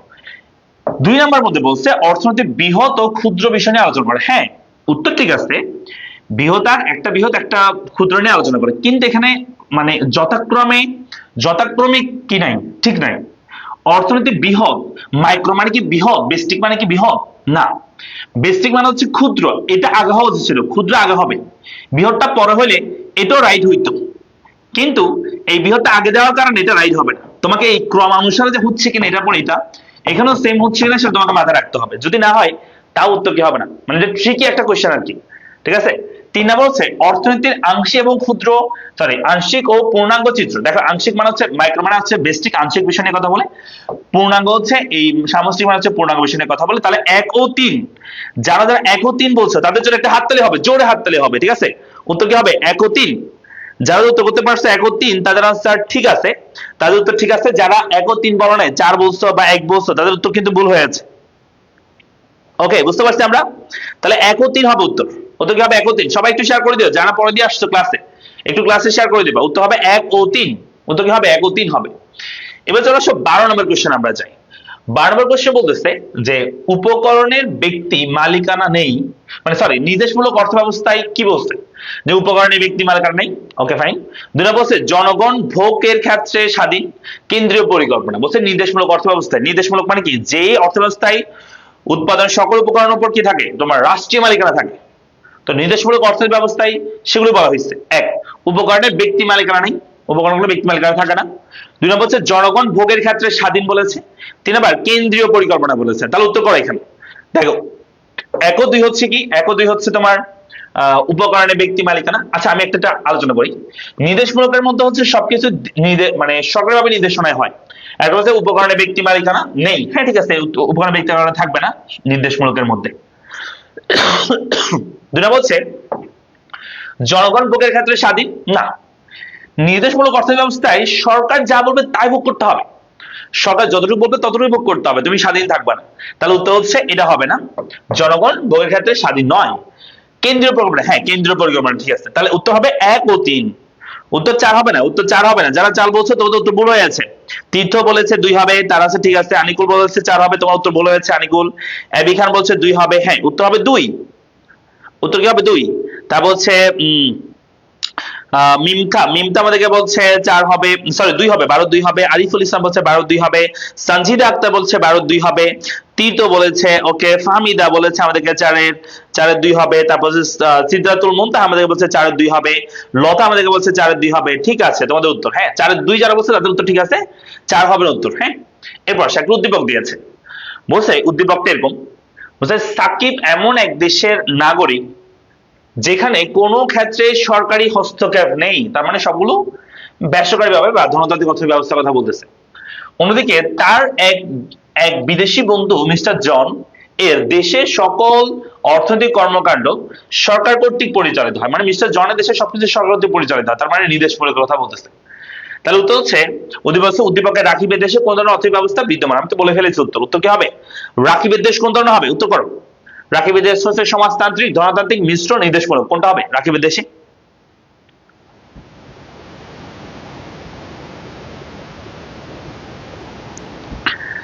একটু উত্তর করে দেখি, সবাই একসাথে উত্তর করবো। হ্যাঁ আমরা 13 উত্তর দিতে পারছি, আমরা অলরেডি 13 উত্তর পাওয়া শুরু করে দিয়েছি। আমাদেরকে খাদিজা বলছে 13 2 হবে, সাবিহা বলছে 13 2 হবে। ওকে, তারপর হচ্ছে আরিফুল বলছে 13 2 হবে, মেহেজাবিন 13 2 বলছে, সবাই 13 2, তার মানে উত্তর সবাই পেরে গিয়েছে। উত্তর হচ্ছে ধনতান্ত্রিক হবে। হ্যাঁ চলে আসি পরবর্তী কোশ্চেন, 14 নম্বর কোশ্চেন। বলছে মিস্টার জনের দেশের ক্ষেত্রে, মিস্টার জন কিন্তু সমাজতান্ত্রিক বলছি আমি, তাই না, সবকিছু সরকারি মালিকানায় হয় মিস্টার জনের ক্ষেত্রে। তাহলে সেক্ষেত্রে বলছে যে মিস্টার জনের ক্ষেত্রে স্বয়ংক্রিয় দাম ব্যবস্থা কার্যকর না, মিস্টার জনের ক্ষেত্রে স্বয়ংক্রিয় হবে না, যেহেতু সরকারি নির্দেশনায় সবকিছু হবে, তাহলে এটা উত্তর না। উৎপাদক এবং ভোগের স্বাধীনতা নাই, হ্যাঁ ঠিক আছে, উৎপাদক এবং ভোগের কোনো স্বাধীনতা নাই। শ্রমিকের স্বার্থ সংগৃহীত, হ্যাঁ এটাও ঠিক আছে, রাইট আনসার। তাহলে উত্তর কি হবে? উত্তর হচ্ছে 2 ও 3, যেহেতু সমাজতান্ত্রিক বলছে তার মানে উত্তর হবে 2 ও 3। ঠিক আছে, হ্যাঁ উত্তর হবে 2 ও 3। ওকে, উত্তর হচ্ছে 14 2 ও 3 হবে। চলে আসি আমরা 15 নাম্বার কোশ্চেন। বলছে অর্থনীতির যমজ সমস্যাদ্বয় কি? আমি উত্তর বলবো না, তোমাদের উত্তর বলতে হবে, এটা খুবই সহজ। অর্থনীতির যমজ সমস্যাদ্বয় কাকে বলা হয়, কাদেরকে বলা হয়? যমজ সমস্যাদ্বয় কাকে বলা হয়? দ্রুত উত্তর করবা। অর্থনীতির যমজ সমস্যাদ্বয় কাকে বলা হয়? অর্থনীতির যমজ সমস্যাদ্বয় কাকে বলা হয়? তৈয়বা আমাদের সাথে রয়েছে, হুসনা, তৈবা হোসনা 13-2 বলছে। আমরা 14 নম্বরে চলে এসেছি, উত্তর করো। আহ রুম্মানুল জানাত আমাদের সাথে রয়েছে, যার 14-3 বলছে। ফারিয়া বলছে 14-3 হবে। তারপর সিদরাতুল মুনতাহা বলছে 14-3 হবে। সোহাগ বলছে 14-3 হবে। আহমেদ সোহাগ ওকে। তীর্থ বলেছে 14-3 হবে। আবু বক্কর বলছে 14-3 হবে। মোহাম্মদ হোসাইন বলছে 14-3 হবে। অক্ষর জ্ঞান বলছে 14-3 হবে। সানজিদা হোসেন বলছে সিদরাতুল মুনতাহা 15-1 বলছে। 15 নম্বর তো এখন বলি না, ও 15 নম্বর চলে আসছি না, ও সরি সরি সরি, আমি ভুলে 14 নম্বর বলে ফেলতেছি। নয়ন রয়েছে আমাদেরকে 14-3 বলছে। আমরা 15 নম্বর চলে এসেছি। সোহাগ 15-1 হবে বলছে। সামিউল বলছে 14-3 ওকে। আমরা দীপু বলছে 15-1 15-1। আমরা 15 নম্বর উত্তর করতেছি, 15 নম্বর উত্তর করো সবাই। ফারিয়া বলছে 15-1 হবে। তারপর হচ্ছে আমাদেরকে নিকো নিত্য কিশোরী কিশোরী, হ্যাঁ ঠিক আছে, নিত্য নিত্য ঠিক আছে, নিত্য কিশোরী সাহা ওকে। উত্তর হচ্ছে 15-1। আমার অনেক কষ্ট হয় মানে নামগুলো পড়তে, বুঝছো, অনেক বড় নাম তো পড়তে কষ্ট হয়ে যায়, দ্রুত পড়তে গিয়ে ঝামেলা লেগে যায়, বুঝছো। তারপর হচ্ছে আমাদের সাথে বিতি বলছে 15-1 হবে। তৈয়বা হুসনা আমাদেরকে বলছে 15-1 হবে। তাহলে উত্তর হচ্ছে 15-1, মানে দুষ্প্রাপ্যতা এবং নির্বাচন, এই দুইটাকে আমরা মূলত বলে থাকি অর্থনীতির যমজ সমস্যাদ্বয়। দুষ্প্রাপ্যতা এবং কি নির্বাচন, যমজ সমস্যাদ্বয় বলা হয় দুষ্প্রাপ্যতা এবং নির্বাচনকে। আচ্ছা, এবার আসে 16 নাম্বারটা। 16 নম্বর কি বলছে যে মোট উপযোগ সর্বোচ্চ হলে প্রান্তিক উপযোগ কি হবে? এটা সবাই পারার কথা, খুবই ইজি। মোট উপযোগ সর্বোচ্চ হলে প্রান্তিক উপযোগ কি হয়? মোট উপযোগ সর্বোচ্চ হলে প্রান্তিক উপযোগ কি হয়? দ্রুত উত্তর করতে হবে, দ্রুত দ্রুত সবাই। ভোগের পরিমাণ টিইউ এমইউ, হ্যাঁ। তো ভোগের পরিমাণ 1 2 3 4 5 6 7 মনে করো, ঠিক আছে।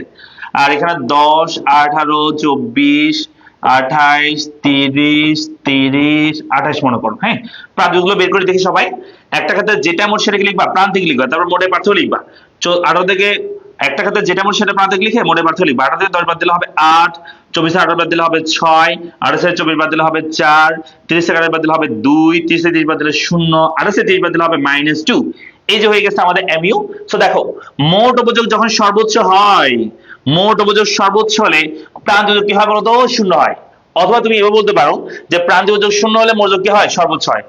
আবার আরেকটা বিষয় জানা আছে যে মোট উপযোগ হ্রাস পেলে, দেখো এতক্ষণ পর্যন্ত মোট বৃদ্ধি পাইছে, এখানে এসে হ্রাস পাইছে। মোট উপযোগ হ্রাস পেলে প্রান্তিক উপযোগ ঋণাত্মক হয়। অথবা বলতে পারো প্রান্তিক উপযোগ ঋণাত্মক হলে মোট উপযোগ কি পায়? হ্রাস পায়, ঠিক আছে। তাহলে উত্তর কি? মোট উপযোগ সর্বোচ্চ হলে প্রান্তিক উপযোগ কি হবে? উত্তর হচ্ছে মোট উপযোগ সর্বোচ্চ হলে প্রান্তিক হবে কত? 0 হবে। উত্তর কি হবে? 0। সবাই পারছো? সবাই পারছো? এই যে সবাই উত্তর করতেছে, মাশাআল্লাহ মাশাআল্লাহ, সবাই একদম পারতেছে, অনেক ভালো অনেক ভালো। আচ্ছা, তাহলে উত্তর হবে হচ্ছে, উত্তর হবে, এটার উত্তর হবে 4। এবার 16 নম্বর কোশ্চেন আসি আমরা, সরি 17 নম্বর কোশ্চেন। বলতে ক্রমহ্রাসমান প্রান্তিক উপযোগ বিধির প্রবক্তাকে। শোনো, ক্রমহ্রাসমান প্রান্তিক উপযোগ বিধি, সংখ্যাগত উপযোগ, ক্রমহ্রাসমান প্রান্তিক উৎপাদন বিধি, তিনটার প্রবক্তা একজন। আবার বলছি, সংখ্যাগত উপযোগ, ক্রমহ্রাসমান প্রান্তিক উপযোগ বিধি, ক্রমহ্রাসমান প্রান্তিক উৎপাদন বিধি, তিনটার প্রবক্তা একজন। সেটা কে? উত্তর করো। Paul Samuelson, L Robbins, J M Keynes, Alfred Marshall. কোনটা হবে? এই চারটার মধ্যে কোনটা হবে?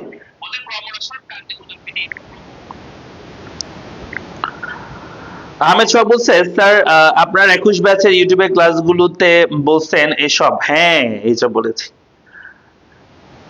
ওকে, তাহলে উত্তর হবে কি? উত্তর হচ্ছে আমাদের, হ্যাঁ, ক্রমহ্রাসমান প্রান্তিক উপযোগ বিধির প্রবক্তাকে।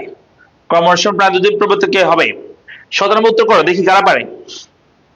17 নম্বর উত্তর অলরেডি পাওয়া শুরু করে দিয়েছি। ফিহা আমাদেরকে বলেছে 4 হবে, 17-4। ফারিয়া বলছে 17-4 হবে। তারপর হচ্ছে লোতা বলছে আমাদেরকে 17D হবে। সিদ্ধার্থ মুতাহা বলছে, মোহাম্মদ হোসেন বলছে 17-4 হবে। মেহের জাবিন 4, রুম্মানুল জানাত 4 বলছে, আরমান বলছে 4 হবে, সঞ্জিদা বলছে 4 হবে। সবাই দেখি 4 বলে, হ্যাঁ। তাহলে আনসার হচ্ছে আলফ্রেড মার্শাল। আলফ্রেড মার্শাল কি বলবো আমরা? সংগত উপযোগ, ক্রমহ্রাসমান প্রান্তিক উপযোগ, ক্রমহ্রাসমান প্রান্তিক উৎপাদন বিধি, সবগুলি প্রবক্তা হচ্ছে অধ্যাপক আলফ্রেড মার্শাল বলবো। এরপর আসো, নিত্য প্রয়োজনীয় পণ্যের ক্ষেত্রে কোন ধরনের স্থিতিস্থাপকতা বিদ্যমান? নিত্য প্রয়োজনীয় বলছে, খুবই ইন্টারেস্টিং কোয়েশ্চেন। নিত্য প্রয়োজনীয় দ্রব্যের ক্ষেত্রে কোন ধরনের স্থিতিস্থাপকতা হবে? আচ্ছা, নিত্য প্রয়োজনীয় দ্রব্যের ক্ষেত্রে কি হয় তোমরা কি বুঝো? নিত্য প্রয়োজনীয় দ্রব্যের ক্ষেত্রে তুমি দেখবা যে, মনে করো কোন একটা নিত্য প্রয়োজনীয় দ্রব্য, যেমন ধর পেঁয়াজের দাম যখন ছিল মনে করো যে 30 টাকা সাপোজ, তখন তোমাদের বাসায় মনে করো যে 5 কেজি পেঁয়াজ লাগে এক সপ্তাহে। পেঁয়াজের দাম বেড়ে যখন 300 টাকা হয়ে গেছিল, একবার মাঝখান দিয়ে বেড়ে গেছিল, তোমাদের মনে আছে কিনা আমি জানি না। তখন তোমাদের হয়তো মানে চাহিদা, দাম বাড়লে চাহিদা কমে যাওয়ার কথা, কিন্তু চাহিদা আসলে তেমন একটা কমে না। দেখা যায় যে দামের অনেক বেশি পরিবর্তন হয়েছে কিন্তু চাহিদা কমছে একটু সামান্য পরিমাণে। এই জিনিসটাকে আমরা বলি যে, এটাকে আমরা কি বলি তোমরা বলো উত্তর, যে যেখানে স্বাধীন চলক যে হারে পরিবর্তন, অধীন চলক তার চেয়ে কম হারে পরিবর্তন হয়। হ্যাঁ, তার মানে স্থিতিস্থাপকতার মান হচ্ছে একের চেয়ে কি হবে, ছোট হবে। স্বাধীন চলক যে হারে পরিবর্তন, স্বাধীন চলক যে হারে পরিবর্তন, অধীন চলক তার চেয়ে কম হারে পরিবর্তন হয়, স্থিতিস্থাপকতার মান, প্রাইস ইলাস্টিসিটি অফ ডিমান্ড অর্থাৎ ইপি এর মান একের চেয়ে কি হবে, ছোট হবে। তখন সেটাকে আমরা বলি যে মানে নিত্য প্রয়োজনীয় দ্রব্যের ক্ষেত্রে এই ধরনের স্থিতিস্থাপকতা আমরা দেখতে পাই। বুঝছো? তাহলে সেটা এখানে কি হবে, উত্তর কি হবে? আমি উত্তর বলে দিয়েছি, উত্তর তো বলেই দিয়েছি, এখনো না বললে তাহলে হইল না। আবু বকর বলছে 18-2 হবে, 18-3 বলছে অনেকেই, এখানে বলছে 1 হচ্ছে বেশি 1 হচ্ছে কম, শূন্য উপরটা হচ্ছে 1 এর সমান, তাহলে কোনটা হবে?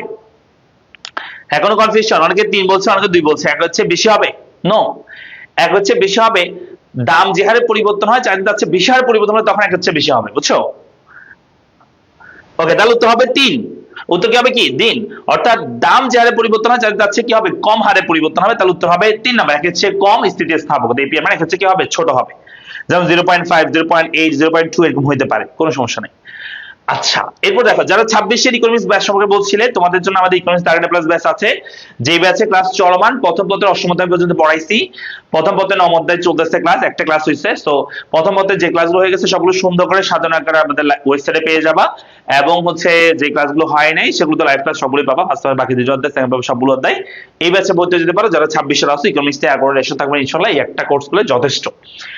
মানে কোর্স হচ্ছে 999 টাকা, পিডিএফ প্লাস সবকিছু পেয়ে যাবা। আচ্ছা, চলে আসি আমরা পরবর্তীতে 19 নাম্বার কোয়েশ্চেনে। বলছে গাণিতিক প্রক্রিয়া যে সকল রাশি মান অজ্ঞাত থাকে, মনে করো আমি লিখছি এরকম কিউডি সমান 10 মাইনাস মনে করো 2p লিখছি। এটা হচ্ছে, এখানে আমি যদি বলি ধ্রুবক কি কি আছে, এই 10টাও ধ্রুবক, এই 2টাও হচ্ছে ধ্রুবক, তবে এগুলোর মান জানা আছে। কিন্তু আমি যদি লিখি এরকম যে কিউ সমান a মাইনাস বিপি, এই ফর্মুলা যদি লিখি, তাহলে a এবং b এই দুটোও ধ্রুবক, তবে এই ধ্রুবকের মান এখানে কি নাই, জানা নাই, অজানা আছে।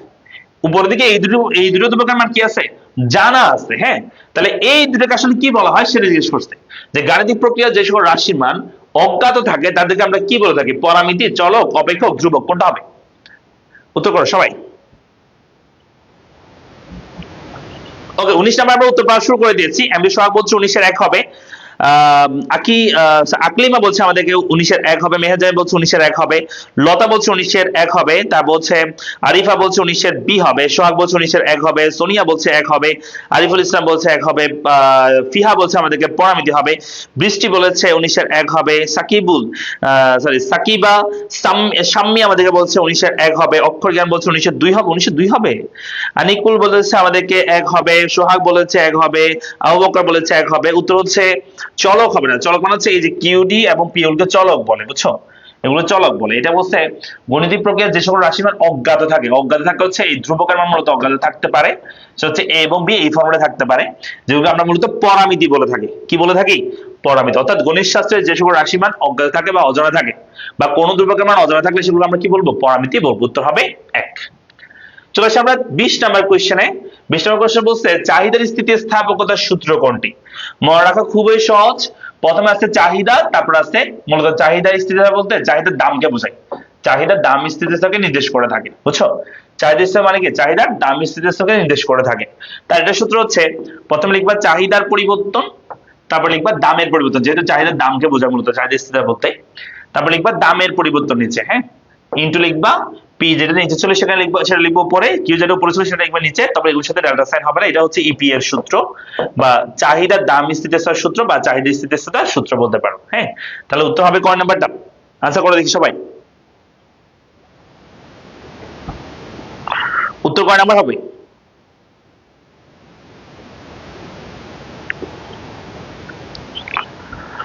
উত্তর হবে, অনেকে বলছে উত্তর 2 হবে। 2 হবে, 2 হবে।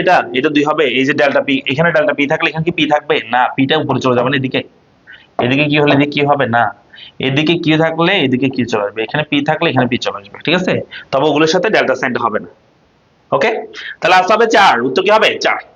চলে আসি পরবর্তী কোয়েশ্চেন। বলছে পরিবর্তক দ্রব্যের আড়াআড়ি স্থিতিস্থাপকতা কি হবে? আচ্ছা, তোমাদের বুঝতে হবে পরিপূরক দ্রব্যের আড়াই স্থিতিতে কি হবে। উত্তর করো দেখি সবাই, আমি আগে উত্তরগুলো দেখাই দিই তোমাদেরকে। পরিবর্তক দ্রব্যের স্থিতিস্থাতা কি হবে বলছে, আগে তোমরা বুঝো পরিবর্তক দ্রব্যটা আসলে কি। আমি যদি বলি চা এবং কফি, আমি যদি বলি চায়ের দাম, চায়ের দাম, এখানে যদি বলি কফির চাহিদা, কফির চাহিদা, তো চা এবং কফি হচ্ছে পরিবর্তক দ্রব্য। আমি যদি বলি এক কাপ চায়ের দাম 10 টাকা, কফি চাহিদা হচ্ছে 20 জনের কফি খাই, এই চায়ের দাম বেড়ে যদি 20 টাকা হয়ে যায়, এক কাপ চায়ের দাম 20 টাকা হয়ে যায়, বলো কফি চায়ের উপর কোনো প্রভাব পড়বে? কি প্রভাব পড়তে পারে, আগে সেটা উত্তর করো সবাই। যদি আমাদের চায়ের দাম বৃদ্ধি পায় তাহলে কফি চাহিদার উপর কি প্রভাবটা পড়তে পারে? চায়ের দাম বৃদ্ধি পেলে কফি চাহিদার উপর কি প্রভাব পড়বে? চায়ের দাম বৃদ্ধি পেলে কফি চাহিদার উপর কি প্রভাব পড়বে, উত্তর করো দেখি সবাই। চায়ের দাম বৃদ্ধি পেলে কফি চাহিদার উপর কি প্রভাব পড়বে?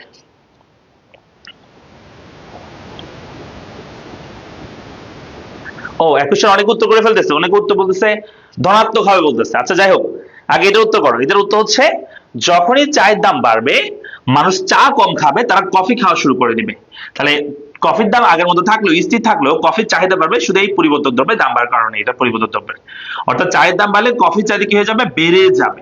তাহলে একটা বৃদ্ধি পেলে যদি অপরটাও বৃদ্ধি পায়, দুইটা দ্রব্যের মধ্যে একটি দ্রব্যের দাম বৃদ্ধি পেলে অপরটা যদি বৃদ্ধি পায়, তার মানে সেই দুটো হচ্ছে পরিবর্তক দ্রব্য, মনে রাখবা, ঠিক আছে, পরিবর্তক দ্রব্য। আর যেহেতু সমমুখী সম্পর্ক, একটা বেলা অপরটা বাড়তেছে, তার মানে অবশ্যই উত্তরটা কি হবে, ধনাত্মক হবে। আর যদি মানে বিপরীতমুখী হইতো, যেমন পরিপূরকের ক্ষেত্রে বিপরীতমুখী হয়, যেমন আমি যদি বলি চায়ের দাম এবং কফি, চায়ের দাম এবং চিনির চাহিদা যদি বলি, চায়ের দাম যখনই বাড়বে চিনির চাহিদা কি হয়ে যাবে, কমে যাবে। কেন? কারণ চায়ের দাম বাড়লে চা মানুষ কম খাবে, চিনির চাহিদা কি হয়ে যাবে, কমে যাবে। তো দেখা যাবে তখন বিপরীতমুখী সম্পর্ক, একটা বাড়লে অপরটা কি পাচ্ছে, হ্রাস পাচ্ছে। বিপরীতমুখী সম্পর্ক হইলেই আনসার কি হবে, স্থিতিস্থাপক মান হবে ঋণাত্মক। কি হবে, ঋণাত্মক হবে। কেমন? তো যেহেতু ধনাত্মক সম্পর্ক, চায়ের দাম বাড়লে কফি চাহিদা বাড়তেছে, তো ধনাত্মক সম্পর্ক হলে স্থিতিস্থাপক মান কি হবে, ধনাত্মক হবে। ক্লিয়ার? ওকে, দেখি সবাই পারতেছে, মাশাআল্লাহ। মোহন তো মাঝে মধ্যে ভুল করতেছে, একটু ঠিক করবা, ঠিক আছে, একটু ভালো করে স্টাডি করবা, ঠিক আছে। যে চ্যাপ্টারটা আমরা পড়াবো যেদিন, তার আগের দিন ওই চ্যাপ্টারটা একটু বাসায় পড়ো, তাহলে দেখবো যে তোমার জন্য সহজ হবে এমসিকিউ গুলো উত্তর করা, ঠিক আছে। তাহলে উত্তর হবে এটা। এরপর চলে আসো 22 নম্বর বলছে পরিপূরক দ্রব্যের চাহিদা রেখার আকৃতি কেমন। সেম সেম জিনিস বলতেছে, তবে পরিপূরক দ্রব্য বলছে। তোমাকে আগে বুঝতে হবে পরিপূরক দ্রব্যের ক্ষেত্রে কি হয় কাহিনীটা। কাহিনী হচ্ছে, আমি যদি বলি এখানে চায়ের দাম, যদি বলি চিনির চাহিদা, চিনির, এই দুটো হচ্ছে একটা অন্যটার পরিপূরক দ্রব্য, বুঝছো। তো চায়ের দাম যদি মনে করো যে চা পাতার দাম মনে করো আর কি 100 টাকা, তখন চিনির চাহিদা হচ্ছে 5 কেজি চিনি কিনো তোমরা। চা পাতার দাম যদি বেড়ে 200 টাকা হয়ে যায়, তোমার বাসায় তোমার বাবা হুঙ্কার দিয়ে বলবে, হ্যাঁ চায়ের কেজি হচ্ছে, চা পাতার কেজি 200 টাকা, এখন থেকে সকাল বিকাল চা খাওয়া বন্ধ, শুধু সকালবেলা চা হবে, ঠিক আছে, একবেলা চা হবে।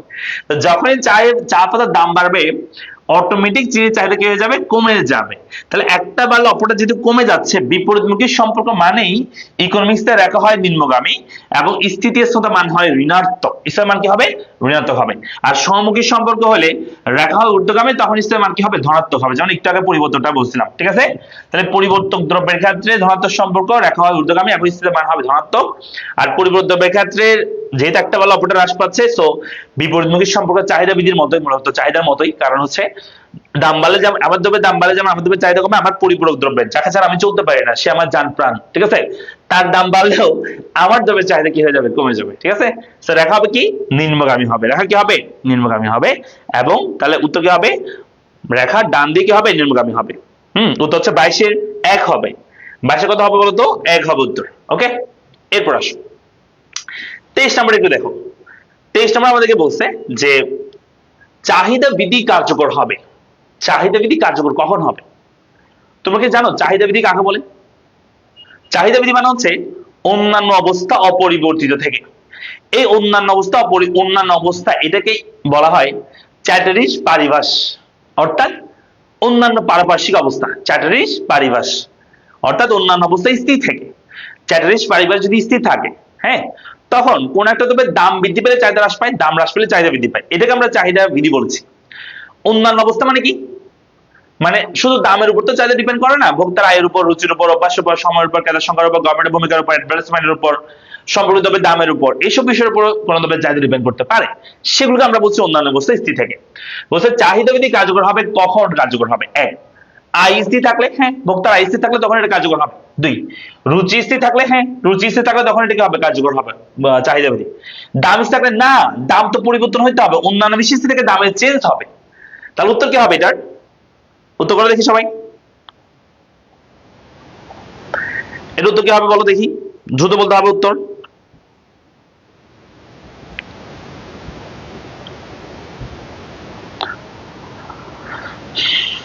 ওকে সবাই উত্তর করো।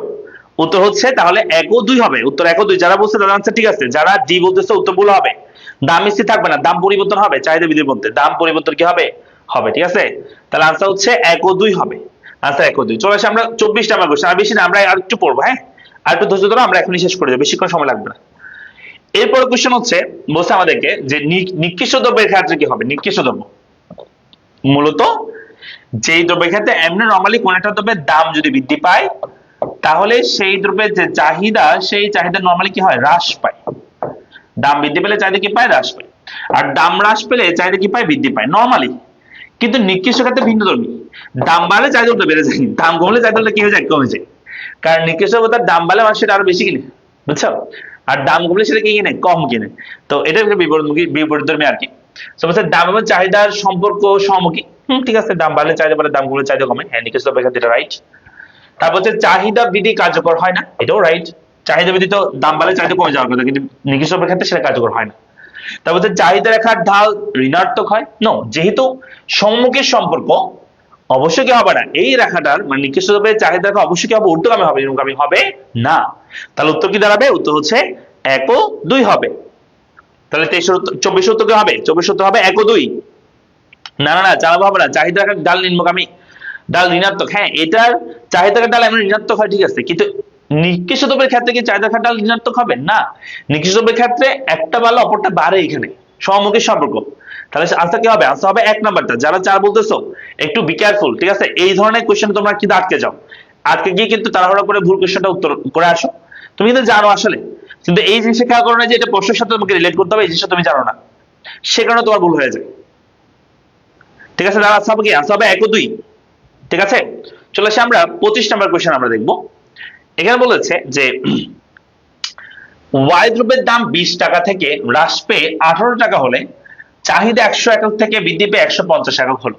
বলছে চাহিদার স্থিতিস্থাপকতা নির্ণয় করো। আমরা একটু আগে বলেছি চাহিদা স্থিতিস্থাপকতা মানে হচ্ছে ইপি, এটা সূত্র হচ্ছে delta Q divided by delta P into P divided by কি বলো, কিউ। তো এখানে কিসের মান বের করতে হবে, এখানে আমরা যদি মানগুলো বের করি, আমি যদিও করে দিচ্ছি ডিটেলসে, তোমরা বুঝো মতো, কিন্তু পরীক্ষা হলে তো এত সময় পাবে না, শর্টকাট করতে হবে তোমাকে, মানে জাস্ট মানটা এখান থেকে দেখে দেখে বসাতে হবে এখানে। ঠিক আছে, তো আমি তোমাদের এখানে আগে দেখা দিই, ডেল্টা কি মানে হচ্ছে চাহিদার, এটা দুটো পর করতেছে, আগে তুমি পি মানে করে ফেলো। পি মানে প্রাথমিক দাম, প্রাথমিক দাম ছিল 20 টাকা, তাহলে 20 টাকা লিখে দিই। আর প্রাথমিক চাহিদা পরিমাণ ছিল 100 একক, 100 একক, প্রাথমিক চাহিদা 100 লিখে দিচ্ছি। ডেল্টা কি মানে হচ্ছে চাহিদার পরিবর্তন, আগে ছিল 100 হয়েছে 150, তাহলে চাহিদা পরিবর্তন হচ্ছে 150 মাইনাস 100, অর্থাৎ পরিবর্তে বাদে প্রাথমিক মানটা বিয়োগ করে দিবা, তাহলে আসতে হবে 50। আর দামের পরিবর্তন আগে ছিল 20 হয়েছে 18, তাহলে 18 থেকে বিয়োগ করে দিবা, 18 থেকে বিয়োগ করলে উত্তর হবে -2। মানটা এইভাবে সরাসরি বসাতে পারবে। ডেল্টা কি মানে হচ্ছে চাহিদার পরিবর্তন, তাহলে আগে ছিল 100 হয়েছে 150, তাহলে এটা থেকে বিয়োগ করে দিবা, তাহলে চাহিদা পরিবর্তন বের হবে। তাহলে আনসার হচ্ছে 50। যেটা আমি এখানে করছি সেটা আসলে এমসিকিউর ক্ষেত্রে তোমাকে সরাসরি বসাতে হবে, এখানে না করে সরাসরি বসাতে পারবে। ডেল্টা মানে দামের পরিবর্তন, আগে ছিল 20 হয়েছে 18, তাহলে 18 থেকে বিয়োগ করলে হবে -2 ইনটু পি মানে প্রাথমিক দাম, এই যে প্রাথমিক দাম, প্রাথমিক দাম হচ্ছে 20 টাকা, 20 টাকা প্রাথমিক দাম, 20 টাকা বসা দাও। প্রাথমিক চাহিদার পরিমাণ হচ্ছে 100 একক, 100 এখানে বসা দাও। হ্যাঁ, এবার কাটাকাটি করো, কাটাকাটি করতে না জানো উপরটা উপরে গুণ করে দিবা, নিচে নিচে কি করে দিবা, গুণ করে দিবা। যেমন এই 50 সাথে গুণ করলে হবে 5 × 10, তার মানে এটা 10 লিখলাম, এই 0 0 দুটো বসা দাও 1000। আর নিচে হবে আমাদের হচ্ছে এটা হবে 200। তো 1000 কে 200 দিয়ে ভাগ করে দিলে এটা দুইটা শূন্য কাটা যাবে, এখানে 10 কে 2 দিয়ে ভাগ করলে হবে 5। উত্তর কত হবে, 5 হবে উত্তর। মানে ইপি এর মান হবে কত, 5। তবে 5 বলে ভুল হবে, এটা এটা আসলে -5, আমি একটু বলি, এটা হবে -5, হ্যাঁ -5। তবে আমরা জানি ইপি এর ক্ষেত্রে ঋণাত্মক চিহ্ন কিভাবে উপেক্ষা করা হয়, তাহলে উত্তর হবে কত, 5 এ হবে, অর্থাৎ -5 বের হবে, ঠিক আছে, কিন্তু আমরা এটাকে আবার পড়া লিখে লিখবো যে 5 লিখে লিখবো ব্র্যাকেটের মধ্যে, যে ইপি এর ক্ষেত্রে বা চাহিদা দাম স্থিতির ক্ষেত্রে ঋণাত্মক চিহ্ন বা পরমান গ্রহণ করা হয়ে থাকে, বা ঋণাত্মক চিহ্ন কি করা হয়, উপেক্ষা করা হয়। কেন করা হয় সেটা এখন ডিটেইলস বলতে পারতেছি না, কারণ এখন বলতে গেলে সময় চলে যাবে। ঠিক আছে, তো বেসিক ক্লাসগুলো করবো আমার, তাহলে আশা করি তোমার ক্লিয়ার হয়ে যাবে।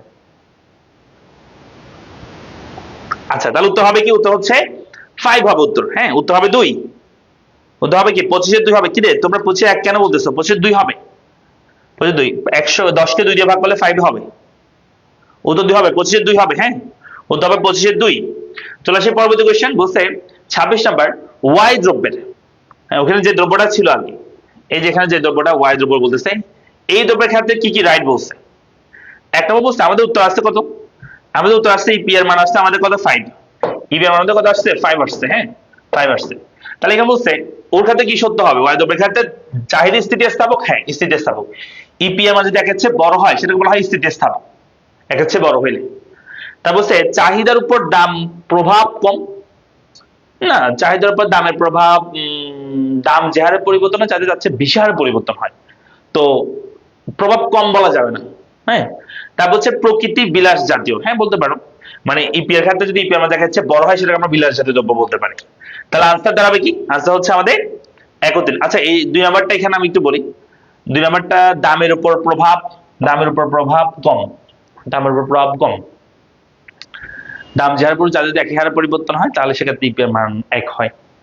দাম যে হারে পরিবর্তন যদি তার চেয়ে কম হারে পরিবর্তন তাহলে ইপি এর মান এর চেয়ে কম হয়। দাম যে হারে পরিবর্তন চাহিদা যদি তার চেয়ে বেশি হারে পরিবর্তন এর চেয়ে বেশি হয়, না না কম না, এখানে বেশি। যে দেখো চাহিদার উপর দামের প্রভাব কম হবে না, যদি বেশি বলতো তাহলে ঠিক আছে, বেশি বললে, কম বললে হচ্ছে ইপি এর মান এর কাছে ছোট হইলে তখন আমরা কম বলতাম, তাহলে এটা রাইট আনসার হবে না, বুঝছো, এটা কম বলছে তাই, এর কাছে বেশি হওয়া লাগতো, বেশি ইপি এর মান এর কাছে কি হওয়া লাগতো, বেশি হইলে কি হবে যে চাহিদার উপর দামের প্রভাব বেশি বলা লাগতো, তখন রাইট আনসার হইতো। ঠিক আছে, তাহলে এটা হচ্ছে ইপি এর মান এর কাছে ছোট হলে তখন এটা রাইট হইতে হবে। তাহলে আনসার হবে কত, আনসার হবে 1 ও 3। এরপর আসো আটটা প্রশ্ন বলছে সেম কোয়েশ্চেন, যে এক্স দ্রব্যের দাম 10 টাকা থেকে হ্রাস পেয়ে 8 টাকা হওয়ায় ওয়াই দ্রব্যের চাহিদা 100 থেকে বৃদ্ধি পেয়ে 150 হয়েছে, তাহলে এক্স এবং ওয়াই পরস্পর কি দেবো বলছে। হ্যাঁ এক্স এবং ওয়াই পরস্পর কি দেবো, এখানে তোমাকে বুঝতে হবে, ভালো করে শোনো। এক্স দ্রব্যের দাম 10 টাকা থেকে হ্রাস পেয়ে 8 টাকা হওয়ায় ওয়াই দ্রব্যের চাহিদা কথা বলছে, তার মানে একটা দ্রব্যের দামের পরিবর্তন দ্বারা অপর দ্রব্যের চাহিদা পরিবর্তন হচ্ছে। দেখো এক্স দ্রব্যের দাম ছিল 10 টাকা, দাম ছিল 10 টাকা, এক্স দ্রব্যের দাম ছিল 10 টাকা, তখন সেখান থেকে কমে 8 টাকা হয়েছে, তখন ওয়াই দ্রব্যের যে চাহিদার পরিমাণ, সে চাহিদার পরিমাণ মনে করো যে আগে ছিল 100, সেখান থেকে বেড়ে হয়েছে 150। দেখো একটা যদি বৃদ্ধি হ্রাস পেলে অপরটা যদি বৃদ্ধি পায়, একটা হ্রাস পেলে অপরটা যদি বৃদ্ধি পায় তাহলে বিপরীতমুখী সম্পর্ক, আর এই বিপরীতমুখী সম্পর্ক হয় পরিপূরক দ্রব্যের ক্ষেত্রে, কি দ্রব্য, পরিপূরক দ্রব্যের ক্ষেত্রে, আর সমকে হয় পরিবর্তকের ক্ষেত্রে, আমি একটু আগে তোমাদেরকে পড়াইছি তাই না। তাহলে আজকে কি হবে, পরিপূরক দ্রব্য হবে। এই যে কঠিন প্রশ্ন আসা শুরু করছে, তোমরা উত্তর দেওয়া কম শুরু করছো, দেখছো, কঠিন প্রশ্ন আসলেও কিন্তু উত্তর করতে থাকতে হবে, তখনই তো পারবা। ঠিক আছে, ভুল হলে কোনো সমস্যা নেই, এখানে ভুল হলে কোনো জেল জরিমানা হবে না। ঠিক আছে, ওকে, তাহলে আসতে হবে পরিপূরক দ্রব্য, পরিপূরক দ্রব্য শেষ। এরপর আসো বিলাস জাতীয় দ্রব্য লিখছে, না না না, বিলাস জাতীয় দ্রব্য কেমন হয়, এখানে হচ্ছে একটার সাথে অপরটা হচ্ছে পরিপূরক দ্রব্য হবে, পরিপূরক। ঠিক আছে, এটা একটু এটা রাইট আনসার হবে না, রাইট আনসার হবে পরিপূরক, তোমরা রাইট ঠিক করে নেবে, পরিপূরক দ্রব্য হবে। ঠিক আছে, এরপর একটা আসো। আচ্ছা যারা 27 ব্যাচের আমাদের শিক্ষার্থী আছো, এই ব্যাচ এখানে যুক্ত আছো, তোমরা আমাদের সব বিষয়ের প্রথম পত্রের অ্যাডভান্স ব্যাচ চলমান আছে, সেই ব্যাচে ভর্তি হতে পারো। কোর্সে 2000 টাকা, 2000 টাকা দিয়ে সব কোর্স তোমার কভার হয়ে যাবে একটা কোর্সেই। আচ্ছা 28 নম্বরে চলে আসি আমরা। 28 নম্বর আমাদেরকে বলছে যে ক্রমহ্রাসমান প্রান্তিক উপযোগ বিধির প্রবক্তা বা পূর্ণাঙ্গ ব্যাখ্যা প্রদান করেন কে। ক্রমহ্রাসমান প্রান্তিক উপযোগ বিধি তোমাদেরকে আমি বলে দিয়েছিলাম, ক্রমহ্রাসমান প্রান্তিক উপযোগ বিধি, ক্রমহ্রাসমান সংগত উপযোগ, তা বলছে ক্রমহ্রাসমান প্রান্তিক উৎপাদন বিধি, এগুলো প্রবক্তা কে বলেছিলাম, ওটা কি হবে, মার্শাল হবে, ওটা কি হবে, মার্শাল। ঠিক আছে, আর বলে দিচ্ছি না এটা। এরপরটা সব প্রান্তিক উপযোগ ঋণাত্মক হলে মোট উপযোগ কেমন হবে, এটা বলে দিয়েছি। প্রান্তিক উপযোগ ঋণাত্মক হলে মোট উপযোগ কি পায়, মোট উপযোগ হ্রাস পাবে, হতে হবে মোট উপযোগ কি পাবে, হ্রাস পাবে, হ্রাস পাবে। হ্যাঁ, আর উল্টো হইতে পারে যে প্রান্তিক মোট উপযোগ হ্রাস পেলে প্রান্তিক উপযোগ কি হবে, ঋণাত্মক হবে, এই কোশ্চেনটা হইতে পারে, খুবই গুরুত্বপূর্ণ। ঠিক আছে, চলে আসি আমরা পরবর্তী লাস্ট কোশ্চেন, এই চ্যাপ্টারের লাস্ট কোশ্চেন পড়বো। এখানে আমরা একটা সমীকরণ দেখতে পাচ্ছি, তো এই সমীকরণের মধ্যে বলা হয়েছে যে এই সমীকরণের চাহিদা সমীকরণে দ্রব্যটি কত দামে চাহিদা শূন্য হবে। দেখো দেখো যখন একটা সমীকরণ দিয়ে তোমাকে বলবে কত দামে চাহিদা শূন্য হবে, কত দামে চাহিদা শূন্য হবে, তো ওই দামটা তুমি শূন্য বসা দিবা, দামটা কত বসা দিবা, দামটির সরি চাহিদা শূন্য বসা দিবা, চাহিদা শূন্য হওয়া বলছে, তাহলে এই চাহিদা জায়গায় কত দামে চাহিদা শূন্য যেতে বলছে, এই চাহিদা জায়গায় শূন্য বসা দিবা, তাহলে 24 - 4p। দেখো কত দামে চাহিদা শূন্য, তাহলে চাহিদা শূন্য বসা দিলাম, এখন দামটার মানটা বের করে ফেলি, চালু হয়ে যাবে। এখান থেকে আমরা এই পাশে এইটা যে এই পাশে নিয়ে আসি, আচ্ছা এটাই পাশে নিয়ে আসি, এই -4 কে যদি এই পাশে আনো সেটা হয়ে যাবে +4 = 24, এটা মাইনাস এর পাশে প্লাস হবে, তারপর এখানে পি রেখে দাও, এই 4 কে ওই পাশে পাঠা দাও। এটা এখানে ছিল কি তোমার হচ্ছে গুণ আকার, অফিসিয়ালি কি হবে ভাগ হবে। তো 24 কে 4 দিয়ে ভাগ করো, 4 8 24, সরি 3 8 24, তাহলে আনসার কত হবে 8। 3 8 24 উত্তর হবে কত 8, তাহলে আনসার হবে 8, এই যে 8 টাকা হবে। 6 কেমনে পাইছো তোমরা? ও সরি 424, আমি 8 কেন বলতেছি, 3 তো না, 4 দিয়ে ভাগ করতে হবে, 4 6 24, 6 হবে 6, ঠিক আছে তবু তো ঠিক আছে 6 হবে 6 হবে 424, ঠিক আছে, আমি 3 দিয়ে ভাগ মনে করছি সেজন্য। ঠিক আছে, তাহলে আমাদের এই মানে দুইটা চ্যাপ্টার আমাদের ক্লাস শেষ।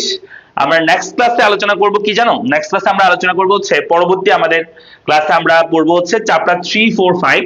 এটা হচ্ছে আগামী রবিবার ক্লাস হবে তোমাদের, রবিবার, আজকে শুক্রবার তো, ফ্রাইডে তো, তোমাদের সানডে হচ্ছে তোমাদের কি হবে এই চ্যাপ্টার উপর ক্লাস হবে রবিবারে। সো ঠিক রাত 10টায় ক্লাস হবে, এরপরে তোমাদের আবার মঙ্গলবার ক্লাস হবে 6 7 8 এর উপর, দেন বৃহস্পতিবার আবার ক্লাস হবে 9 10 এর উপর, ঠিক আছে। সো এই আর কি আমাদের বিষয়। আমাদের যারা র্যাপিড ব্যাচে এখনো সরি ফাইনাল ভিশন ব্যাচে ভর্তি হন, ভর্তি হয়ে যেতে পারো। এই ব্যাচে কোর্স হচ্ছে 2000 টাকা, সব বিষয় কভার হয়ে যাবে এসএসসি 26 এর, এন্ড 27 এর আমাদের আছে অ্যাডভান্স ব্যাচ, সব বিষয় প্রথম পড়ানো হচ্ছে এটাতে।